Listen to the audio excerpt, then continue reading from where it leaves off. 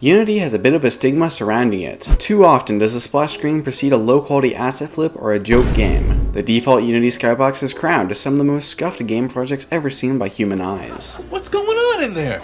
Yeah, it's a chicken roaster sign. But this stigma isn't really Unity's fault. It's an engine that's so accessible and user-friendly that anybody can use it. But since anybody can use it, some users make things that just aren't pretty to look at. Personally, I have no qualm with these people making games like these. Most of them are just learning or goofing around. But people on Steam aren't so kind, and if they see a game that is obviously made in Unity, they will probably perceive it as amateur. I want to avoid this unfortunate reality of my game Couch Combat. So in this devlog, I'm going to be talking about how I plan on making my game look professional. Well, on second thought, maybe professional isn't the best description.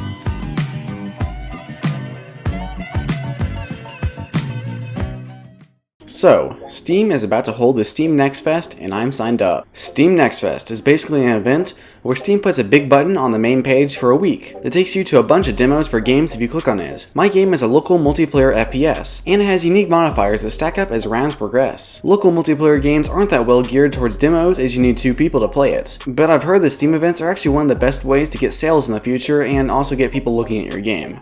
So I'm gonna give it a try. Basically, I have to get my game into a good state and make a demo out of it that is good enough to get people to stay for a bit and wishlist the game. Speaking of it, if you are interested in my game, then please consider wishlisting it on Steam. Wishlisting is free and the best way to support the channel, as wishlisting pushes the game in the Steam algorithm and is super helpful for an indie dev like me with no marketing budget. Currently, my game is a bit all over the place, and that's mostly because I introduced a huge new addition to the game a few months ago. This change was the addition of a bunch of modifiers that spice up gameplay, alongside a new mode called Classic Mode, in which the modifiers stack over round to create evolving, chaotic gameplay. I've made most of the content and system for these modifiers, but I need to integrate them better into the game, so that's what I'll focus on now. The old game mode from before modifiers, which is now called Arcade Mode, has a menu that lets you pick options on which stages you play on and which guns spawn. So I decided to let you also choose which modifiers you have enabled in Arcade Mode. So now in Arcade Mode, you can stack exactly what modifiers you like if you want to. I also took this time to fix bugs in the game options menu. After this, the majority of the rest of the stuff that I focused on before releasing the demo were bug fixes and other little bits of polish, and I also added sound and more animation to all of the UI in the game. I also added a few new settings like the option to invert the Y-axis on any player. Finally, I put together an updated Steam page, trailer, and cover for the game that shows off all the improvements and content that I've added to Couch Combat. And once Steam Next Fest rolled around, I sat back and waited for the wishlist to come flooding in. Just kidding, I actually got mixed up, and I thought that the festival started on June 14th, when it actually started on the 13th at noon. So I've ended up scrambling to finish a trailer and get out a demo for the game, and ended up being a bit late for the first day. But I still ended up okay, and surprisingly, my game did more than okay.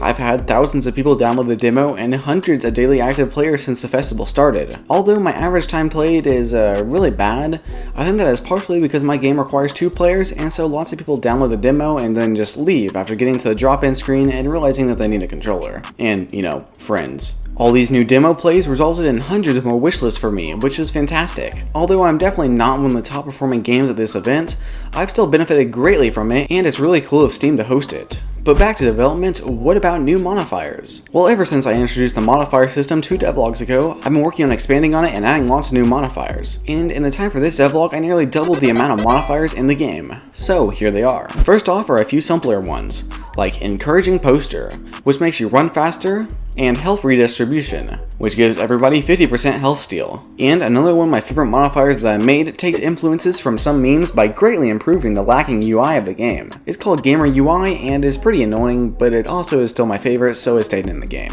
Other modifiers are Spicy Bullets, which makes bullets explosive, Cloning Machine, which is probably the most complicated modifier to make so far, but it makes you dual wield all guns and also gives you an extra set of arms. And the last 2 normal modifiers I made were Broken Stopwatch, which was actually suggested by a viewer. Zyder Zart, or however you pronounce it, suggested making a modifier that randomly changes the timescale. So I made a modifier called Broken Stopwatch that changes the timescale every round, and also has a little UI thing that tells you the scale at the beginning of each stage. And I also made a new ridiculous round modifier called Basically Flying. You get 10 double jumps. It's really simple, but it adds a ridiculous amount of vertical movement to the round. The other big thing I did with modifiers was adding a ton of them to control game options. These modifiers are only in Classic Mode because you can just directly edit game options in Arcade Mode.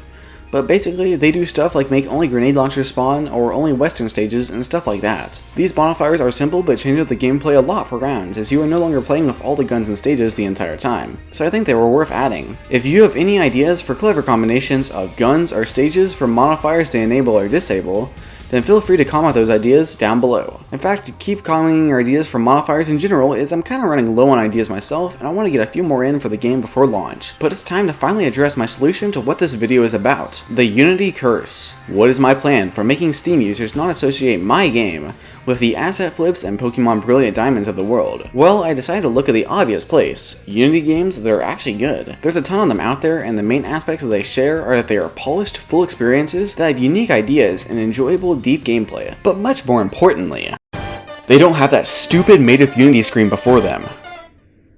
Thank you to my Patreons, who are all delectable little fellows, and good night.